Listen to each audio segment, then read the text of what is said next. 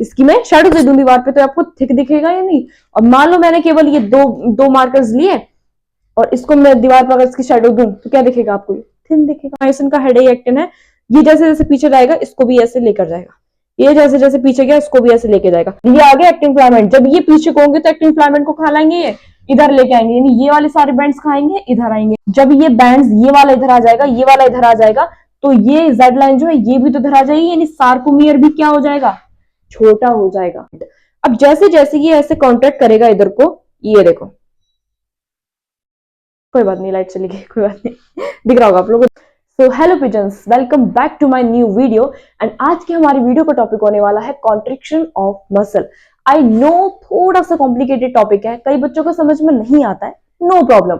बहुत लोग एक एक घंटे की, दो घंटे की वीडियो देख रहे हो, आप लोग 2x पे जाके देख रहे हो, क्यों? मैं हूं ना, कम से कम टाइम में मैंने ये वीडियो बनाई है, बेस्ट डायग्रामिक रिप्रेजेंटेशन के साथ मैं आप लोग को टॉपिक समझाने वाली हूँ।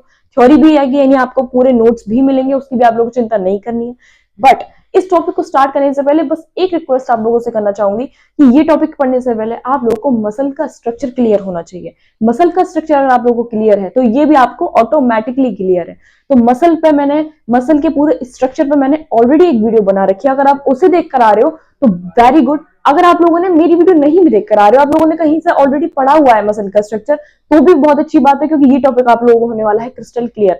बट मेरी रिक्वेस्ट उन लोगों से है जिन्होंने अभी तक मसल का स्ट्रक्चर नहीं पढ़ा है, प्लीज जाके आप मेरी ही वीडियो लिस्ट में जाइए, वहां पे आप लोगों को मसल का पूरा फुल एक्सप्लेनेशन एक वीडियो मिल जाएगी मसल स्ट्रक्चर की, आप वहां देख लीजिए। आप लोग को जिसका भी समझ में आ रहा है वहां जाकर देख लीजिए, कोई प्रॉब्लम नहीं है। बट इस टॉपिक को करने से पहले आप लोगों को मसल का स्ट्रक्चर क्लियर होना चाहिए, क्योंकि उसका बहुत बड़ा रोल है इस टॉपिक में। क्योंकि कॉन्ट्रिक्शन ऑफ मसल है, मसल उससे पहले आप लोगों को मसल के बारे में बताना चाहिए, देन आप लोग कॉन्ट्रिक्शन ऑफ मसल पे बढ़ोगे, राइट?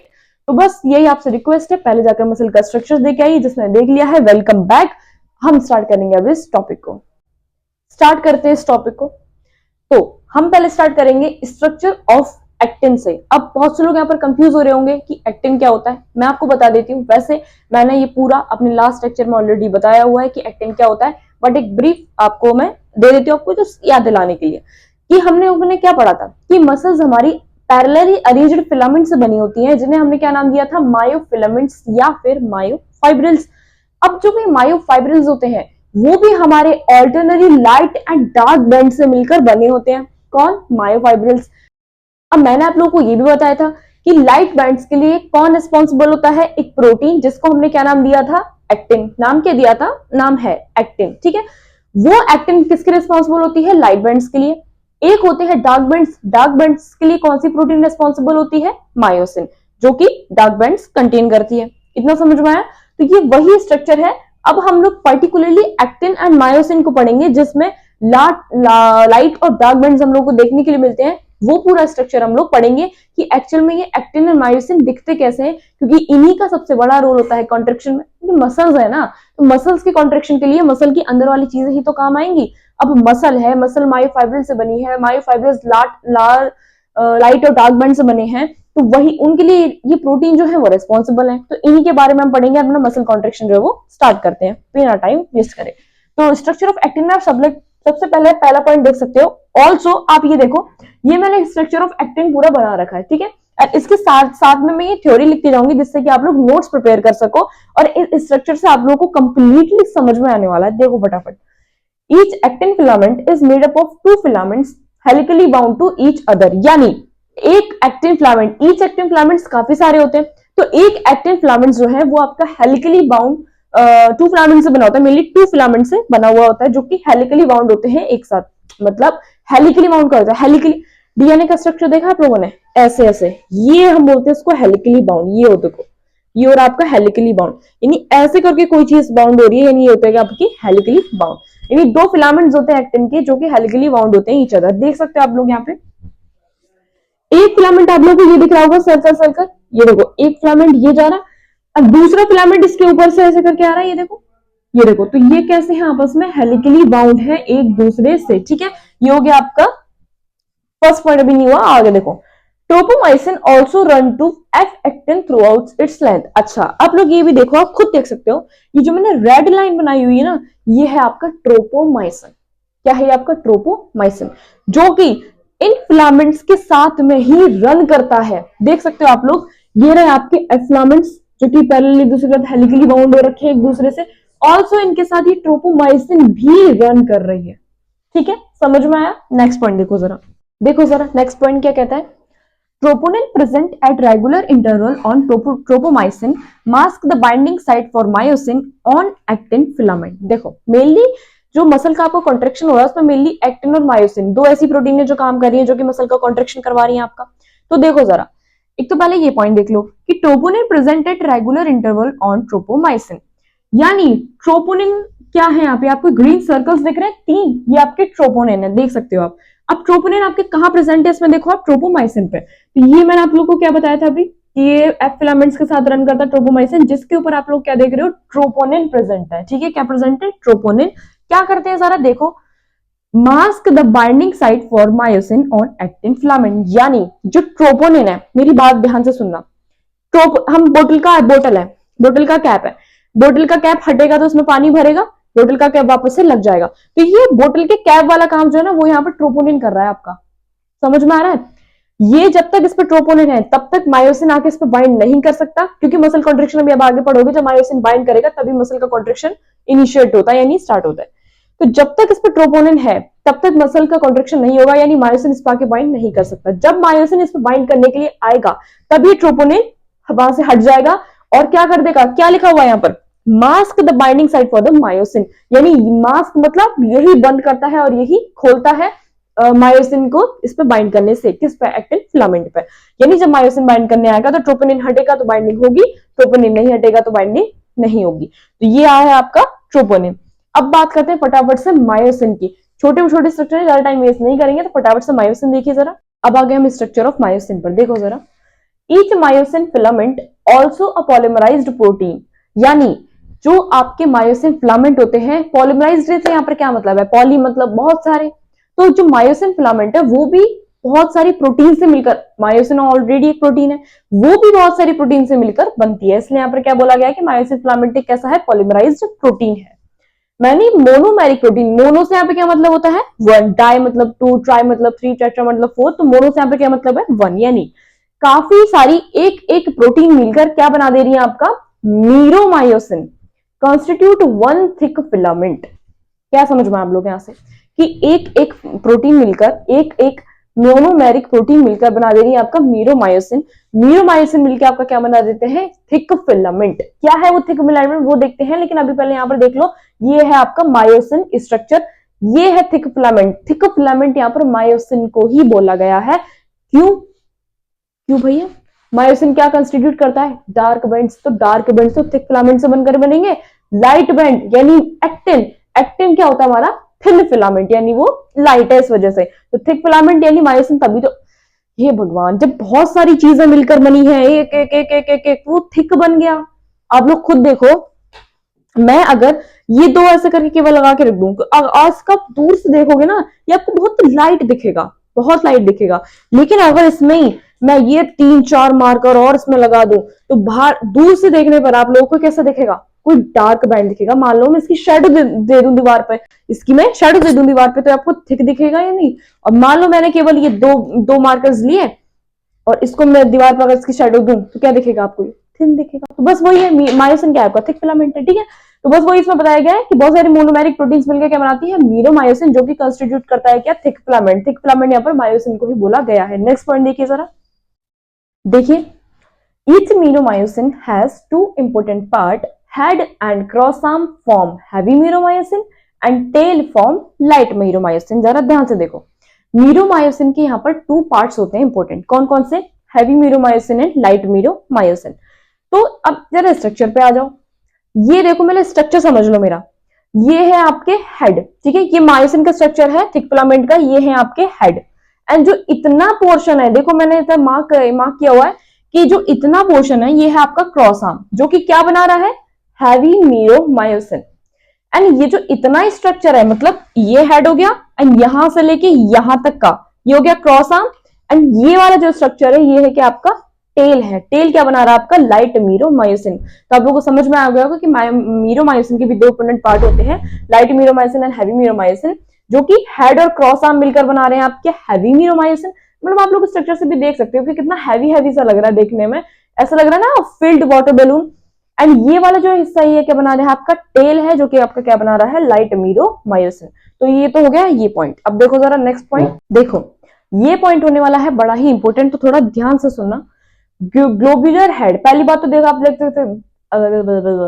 आप लोग देख सकते हो कि ग्लोबुलर हेड, ग्लोबुलर यहाँ पे क्यों बोला गया, क्योंकि थोड़ा सर्कल में आ रहा है, दैट्स व्हाई इसको थोड़ा ग्लोबुलर बोला गया है। तो ग्लोबुलर हेड्स के आपके दो बाइंडिंग साइट्स होते हैं, जैसे कि आप लोग देख सकते हो, एक ग्रीन मार्क जो आपको दिख रहे हैं, एक हेड पे दो है, एक हेड पे दो नहीं, ईच हेड पे दो बाइंडिंग साइड्स होते हैं। कौन कौन से, जरा देखो, बाइंडिंग साइड से क्या मतलब, कौन आकर उन पे बाइंड कर रहा है, ठीक है। तो दो होते हैं, कौन कौन से, ATP binding site and actin binding site. समझ में आ गया होगा, समझ में आ गया होगा, समझ में आ गया होगा। एक्टिन में मैंने आप लोगों को क्या बताया था कि ट्रोपोनिन, ट्रोपोनिन पे एक्टिन फिलामेंट पे आके कौन बाइंड करता है, मायोसिन फिलामेंट आके बाइंड करता है। उसके लिए कौन, एक्टिन फिलामेंट के लिए मायोसिन की बाइंडिंग के लिए कौन रिस्पॉन्सिबल था, ट्रोपोनिन रिस्पॉन्सिबल था। अब मायोसिन जब एक्टिन फिलामेंट, मतलब एक ही बात है यार, एक्टिन को मायोसिन से बाइंड कर दो, मायोसिन को एक्टिन से बाइंड कर दो, बात तो एक ही है ना। तो एक्टिन के लिए कौन रिस्पॉन्सिबल था, ट्रोपोनिन।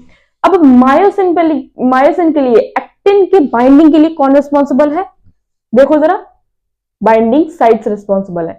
तो एक तो आपकी होती है एटीपी बाइंडिंग साइट, दो साइड्स होती हैं, ATP binding site and actin binding site. तो एक होती है आपकी जिसपे एटीपी आके बाइंड करेगा, और ये ऊपर वाली होती है जिसपे आपका एक्टिन आके बाइंड करेगा। एक्टिन के लिए कौन है, ट्रोपोनिन, एंड मायोसिन के लिए कौन है, इनकी बाइंडिंग साइट्स। तो जरा ध्यान से देखो। और एक चीज मैं आप लोग को बता देती हूँ कि आप लोग को ऐसे हेड देकर, दो मार्किंग्स देकर पूछ सकते हैं कि इसमें से बताओ कौन सी एटीपी बाइंडिंग साइट है, कौन सी एक्टिन बाइंडिंग साइट है। तो थोड़ा ध्यान में रखना कि जो ऊपर वाली होती है, यानी जो फर्स्ट होती है, वो होती है आपकी एक्टिन बाइंडिंग साइट, एंड जो नीचे वाली होती है वो होती है आपकी एटीपी बाइंडिंग साइट।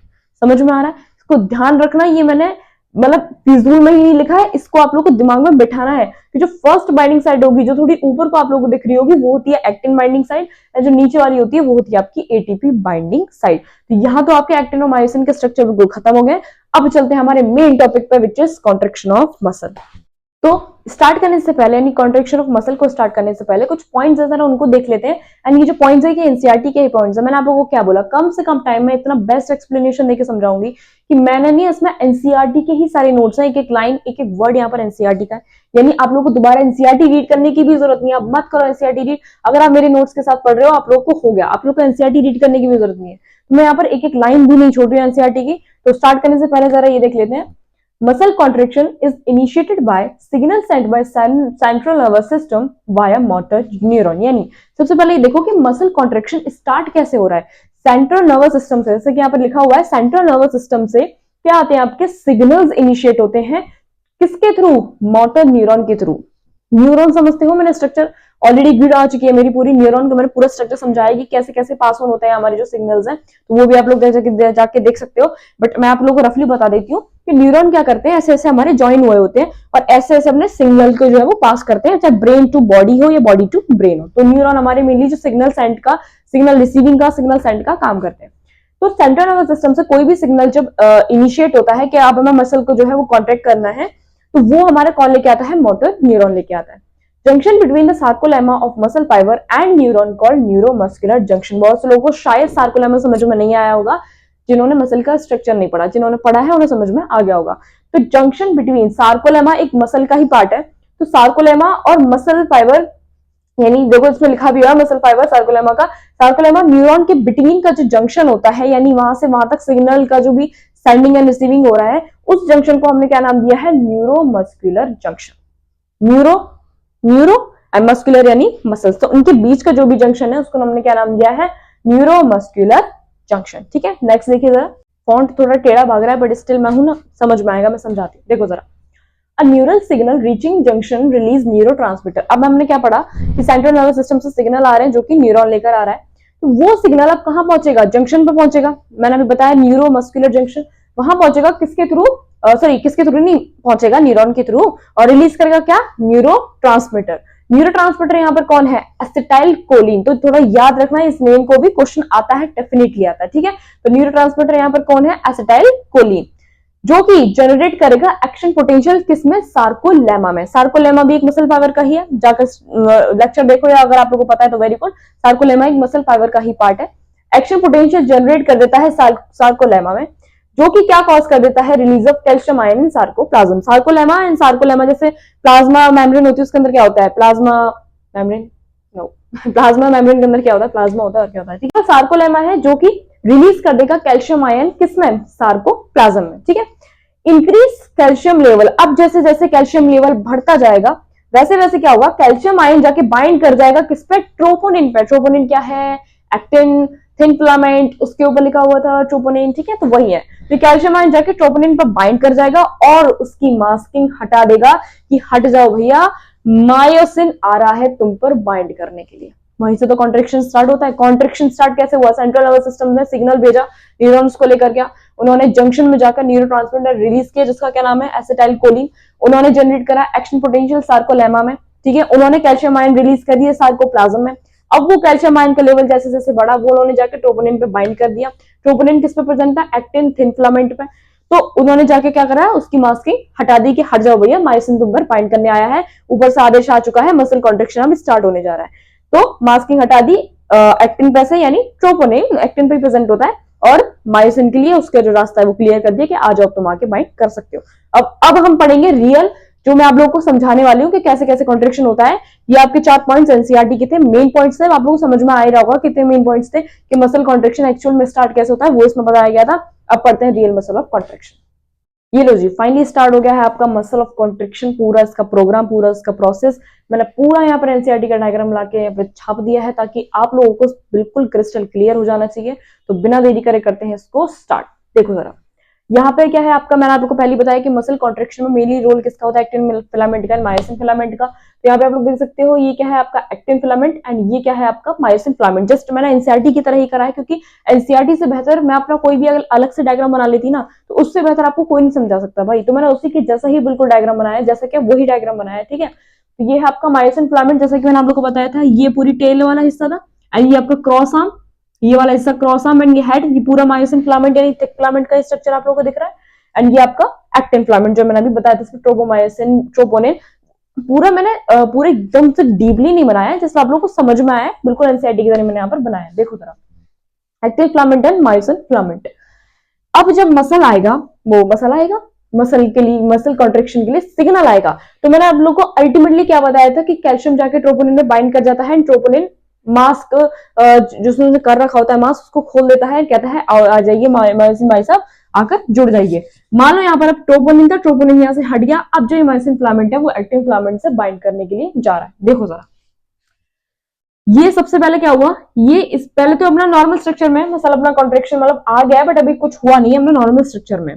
फिर उसके बाद यहाँ पर आ जाइए, जो मायोसिन फिलामेंट है, मायोसिन फिलामेंट का जो हेड है, क्योंकि मायोसिन फिलामेंट के हेड पर ही क्या था, एक्टिन बाइंडिंग साइट थी, यानी एक्टिन फिलामेंट का बाइंडिंग साइट कहाँ था, मायोसिन के हेड पर था। तो टेल का तो कोई काम नहीं है, यहाँ पर हम हेड को लेकर चलेंगे, जैसे कि मैंने आप लोगों को दिखा रखा है, ये क्या है, मायोसिन का हेड है, यानी क्रॉस आर्म।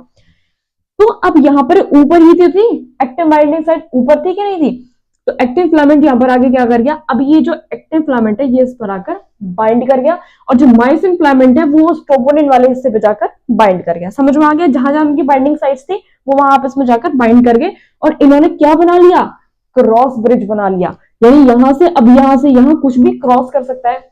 आप लोगों ने देखा होगा ना, फॉरेन कंट्रीज में बड़ी बड़ी बिल्डिंग्स होते हैं, बीच में क्या बना देते हैं, एक ब्रिज बना देते हैं, दो बिल्डिंग्स के बीच में, तो वो क्या होता है, क्रॉस ब्रिज होता है, उसको हमने क्रॉस ब्रिज नाम दिया है। फॉर्मेशन ऑफ क्रॉस ब्रिज आपका हो चुका है, यानी मायोसिन का जो हेड है वो एक्टिन पर जाकर बाइंड कर चुका है।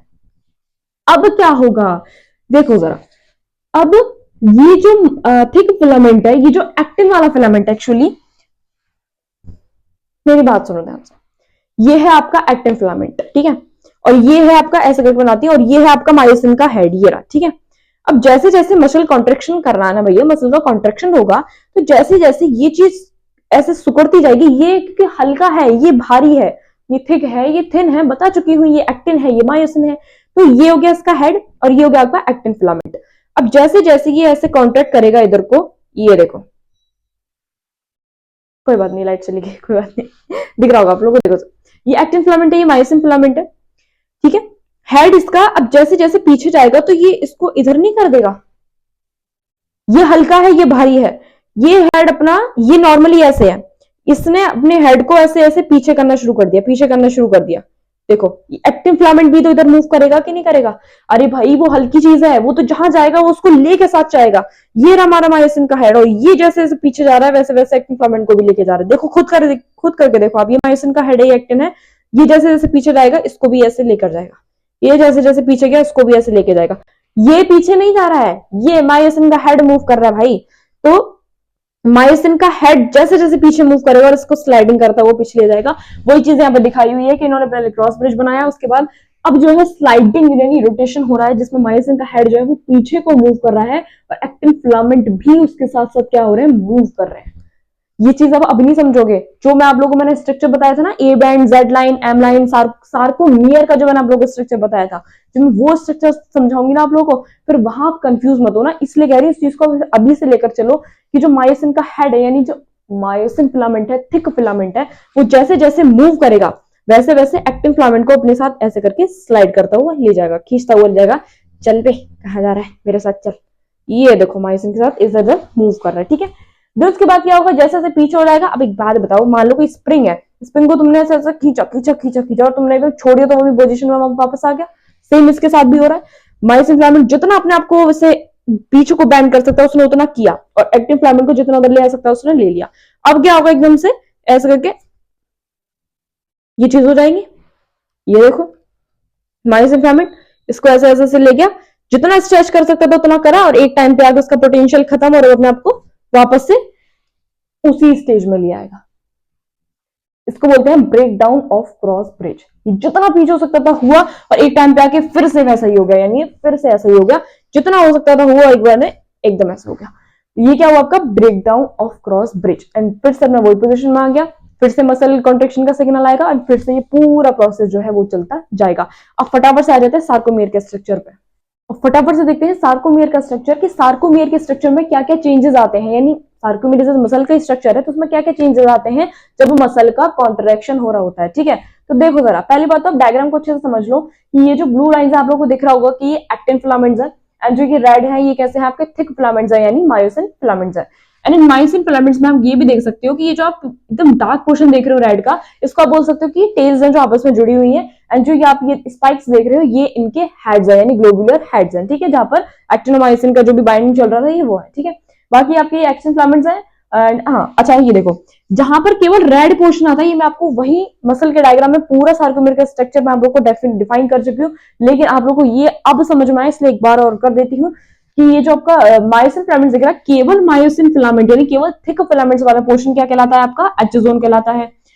एक जेड लाइन से लेके दूसरी जेड लाइन का जो पोर्शन है वो कराता है आपका सार्कोमियर। अब ये जेड लाइन क्या होती है वो भी देख लो, जो आई बैंड्स को बाइसेक्ट कर रही होती है। ये देखो ये आई बैंड्स एंड ये आई बैंड्स, इनको जो बाइसेक्ट कर रही होती है उसको हम बोलते हैं जेड लाइन। जो आई बैंड्स यानी थिन फिलामेंट्स को जो बाइसेक्ट कर रही होती है उसको बोलते हैं जेड लाइन, एंड जो ये थिक फिलामेंट को बाइसेक्ट कर रही होती है उनको बोलते हैं हम एम लाइन। याद रखना क्वेश्चन आता है इसमें भी।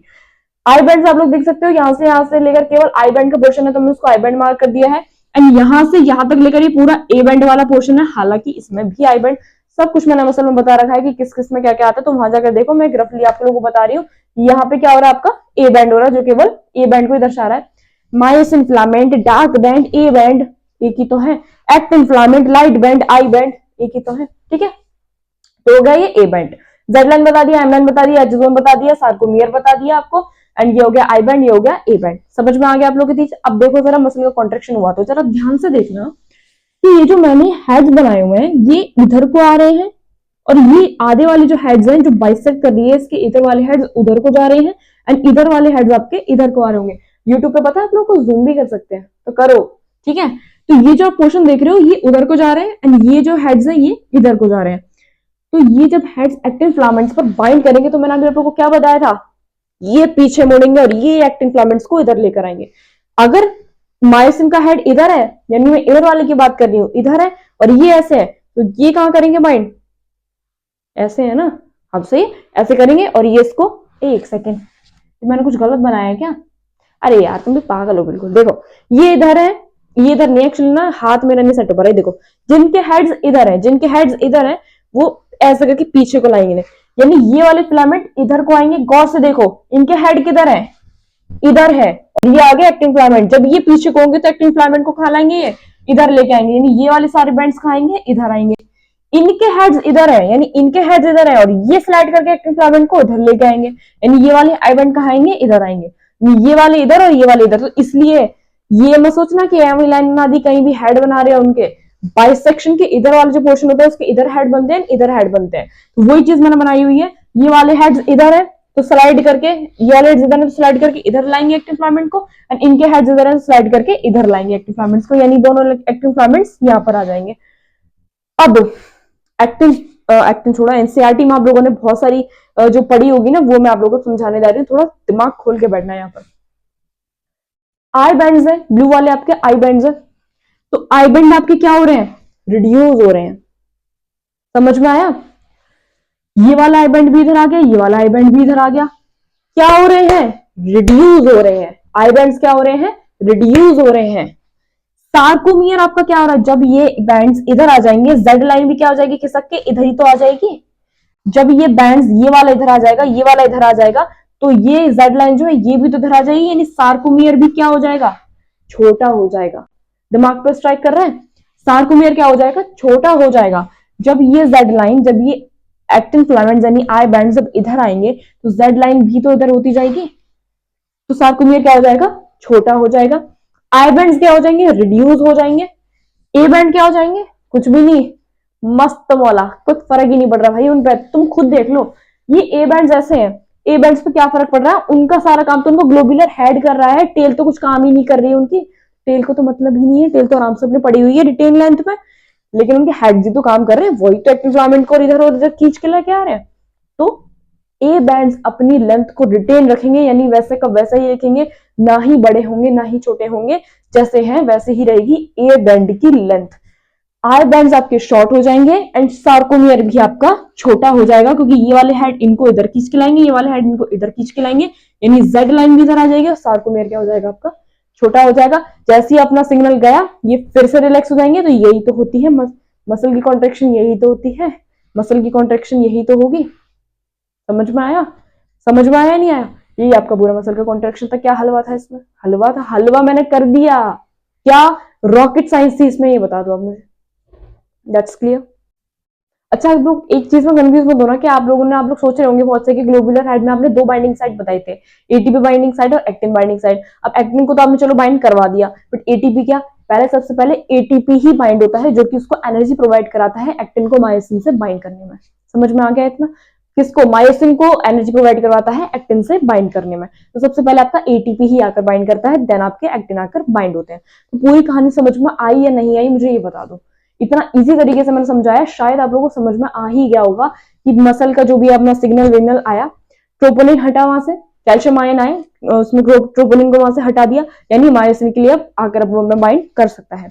मायोसिन के लिए क्या कहानी रही थी कि एटीपी पहले आके बाइंड करके उसको एनर्जी प्रोवाइड कर दी, उसको भी इंस्ट्रक्शन दे दिया कि जाओ तुम भी जाके एक्टिन से बाइंड कर। और मसल जो है वो कैसे बाइंड कर रही थी, ये अगर इधर का हेड है तो ऐसे करके स्लाइड करेगा, और इधर का हेड है तो इसको और पीछे लेके जाएगा। तो ये देखो मसल का कॉन्ट्रेक्शन होता हुआ जा रहा है या नहीं जा रहा, थिक फिलामेंट्स ऐसे ऐसे कॉन्ट्रैक्ट होते हुए जा रहे हैं, इधर वाला इधर आएगा, ये वाला इधर आएगा, ऐसे करके रिड्यूस हो गया आई बैंड, यानी मटर का देख रहे हो आप लोग, मसल का कॉन्ट्रेक्शन हो रहा है नहीं हो रहा है, ठीक है। ये ऐसे गया और ये वाला हेड है तो ये इसको ऐसे स्लाइड करेगा। तो यही है भाई पूरी कहानी, और कुछ नहीं है मसल कॉन्ट्रेक्शन में, यही थी आपकी पूरी कहानी। लेक्चर खत्म करने से पहले एनसीईआरटी के दो मोस्ट इंपोर्टेंट पॉइंट्स हैं, उन्हें देखकर जाओ जरा, फटाफट से देखते हैं। Muscle contain red colour oxygen storing pigment called myoglobin. जिस मसल में रेड कलर का पिगमेंट होता है, जिसे हमने नाम दिया है मायोग्लोबिन होता है, ठीक है। When myoglobin content is high it gives reddish appearance, such muscle called the red fiber. जब मसल्स में मायोग्लोबिन क्या है, एक ऑक्सीजन स्टोरिंग पिगमेंट है, जब इसका कंटेंट किसी मसल्स में हाई हो जाता है तो वो हमें क्या देता है, रेड कलर देता है, जिसकी वजह से हम उसे बोलते हैं हम रेड फाइबर, ठीक है। अब रेड फाइबर कंटेन करती है बहुत सारा mitochondria, plenty of mitochondria, and utilises large amount of oxygen called the aerobic muscle. यानी रेड फाइबर्स में क्या होता है, ज्यादा माइटोकॉन्ड्रिया होता है, जो कि लार्ज अमाउंट ऑफ ऑक्सीजन को स्टोर करने में हेल्प करता है। क्योंकि रेड, जो आपने खुद ही पढ़ा कि जो रेड पिगमेंट स्टोर कर रही है, red colour oxygen storing pigment को मायोग्लोबिन, हाँ मतलब जो ऑक्सीजन ज्यादा इसमें स्टोर हो रहा है उसको हमने बोला है मायोग्लोबिन। यानी एक तो रेड फाइबर में माइटोकॉन्ड्रिया ज्यादा है, तो इसकी वजह से लार्ज अमाउंट ऑफ ऑक्सीजन जो है उसमें बनेगी एंड उसको हमने क्या नाम दिया है, एरोबिक मसल्स। एरोबिक से आप लोग समझते हो जिसमें ऑक्सीजन का यूज होता है, एनारोबिक जिसमें नहीं होता है। तो ये था आपका एक पॉइंट। सेकंड देखिए जरा, नेक्स्ट पॉइंट क्या बोल रहा है, some muscles possesses very less quantity of myoglobin। कुछ मसल्स में ज्यादा मायोग्लोबिन होता है, कुछ मसल्स में कम मायोग्लोबिन होता है। वो अपीयर कैसी होती है, व्हाइटिश, क्योंकि मायोग्लोबिन ही तो रेस्पॉन्सिबल होता है रेड कलर, रेडिश अपीयरेंस देने के लिए। क्योंकि उसमें मायोग्लोबिन कम है तो वो कैसा अपीयरेंस देगी, व्हाइटिश अपीयरेंस देगी। इसलिए हम उनको बोलते हैं व्हाइट फाइबर्स। ये मेनली डिफरेंस है रेड फाइबर्स और व्हाइट फाइबर्स के बीच में, ठीक है। Number of mitochondria also few in them. White fibres में नंबर ऑफ माइटोकॉन्ड्रिया कम होते हैं, रेड फाइबर्स में ज्यादा होते हैं। But amount of sarcoplasmic reticulum is high called the anaerobic muscle. लेकिन सार्कोप्लाज्म रेटिकुलम का जो अमाउंट है वो बहुत ज्यादा होता है इसमें, एंड इनको बोलते हैं हम एनारोबिक मसल। ध्यान रखना, ये मैंने पॉइंट्स इस एवं ही नहीं बताए कि इन पे कभी क्वेश्चन नहीं आया। अगर नहीं आया तो मैं नहीं बताती, बट इन पे क्वेश्चन आ चुका है एंड मेनली बता देती हूँ क्या क्वेश्चन आता है इसमें। कि सबसे पहला क्वेश्चन तो यही आता है कि मायोग्लोबिन रेड फाइबर में ज्यादा होता है या व्हाइट फाइबर में ज्यादा होता है। तो ये आप लोग बता दोगे कि रेड फाइबर में ज्यादा होता है। दूसरा क्वेश्चन आता है कि नंबर ऑफ माइटोकॉन्ड्रिया किस में ज्यादा होते हैं, रेड में या व्हाइट में। तो आप लोग बता दोगे किस में होते हैं, रेड में होते हैं, ठीक है। दूसरा क्वेश्चन, तीसरा क्वेश्चन ये आता है कि सार्कोप्लाज्मिक रेटिकुलम वो किस में ज्यादा होता है, व्हाइट में या रेड में। तो किस में ज्यादा होता है, व्हाइट में ज्यादा होता है। तो ये ध्यान रखना कि सब में सब कुछ ज्यादा होता है, लेकिन सार्कोप्लाज्मिक रेटिकुलम जो है वो व्हाइट फाइबर्स में ज्यादा होता है। एंड रेड फाइबर्स आपकी कैसी होती है, aerobic muscle, and white fibres आपकी कौन सी होती है, एनारोबिक मसल, ठीक है। तो यही था। तो by this now we come to the end of this lecture. Hope आप लोगों की लेक्चर समझ में आया होगा, ये टॉपिक समझ में आया होगा। ज्यादा कॉम्प्लेक्स टॉपिक नहीं था, इजी टॉपिक था, बट होती है कुछ बच्चों को प्रॉब्लम, क्योंकि मैंने ये टॉपिक आप लोग को कम से कम टाइम में कवर करके दिया है, विद बेस्ट एक्सप्लेनेशन के साथ दिया है। तो अगर आप लोगों के लिए लेक्चर थोड़ा सा भी हेल्पफुल रहा होगा तो please like this video. And हाँ, मेरी वीडियोस का मेन इंटेंशन होता है कि मैं आप लोगों को कम से कम टाइम में एक प्रॉपर टॉपिक की पे जो है, या फिर टॉपिक छोड़ा बड़ा से बड़ा चैप्टर ही क्यों ना हो, या बड़े से बड़ा टॉपिक क्यों ना हो, या छोटे से छोटा टॉपिक क्यों ना हो, मेरी वीडियो का इंटेंशन होता है कि मैं आपको कम से कम टाइम में बेस्ट एक्सप्लेनेशन के साथ, बेस्ट नोट्स के साथ, जो कि प्रॉपर एनसीईआरटी से बनाए गए हैं, वो आपको प्रोवाइड करूं। तो अपने डाउट्स को बेझिझक अब मेरे कमेंट सेक्शन में आप ड्रॉप कर दीजिए, एंड उसका वीडियो जितना जल्दी हो सके मैं आप लोगों को दे देती हूँ। यही मेरी वीडियोस का, यही मेरे चैनल का जो है वो इंटेंशन रहता है। तो मेरे चैनल को सब्सक्राइब कर लीजिए, बेल आइकन पर क्लिक करना मत भूलना, क्योंकि आपके डाउट्स की सॉल्विंग वीडियो आ रही है या नहीं आ रही है, या कब आ रही है, वो आप लोगों को उसी से पता लगेगा। बेल आइकन आप क्लिक कर दोगे, आपके पास नोटिफिकेशन पहुंच जाएगी, जो भी आपने कमेंट सेक्शन में डाउट डाला है उस पर मैं आप लोगों को वीडियो बनाकर दे रही हूँ या नहीं। तो thank you so much, keep studying.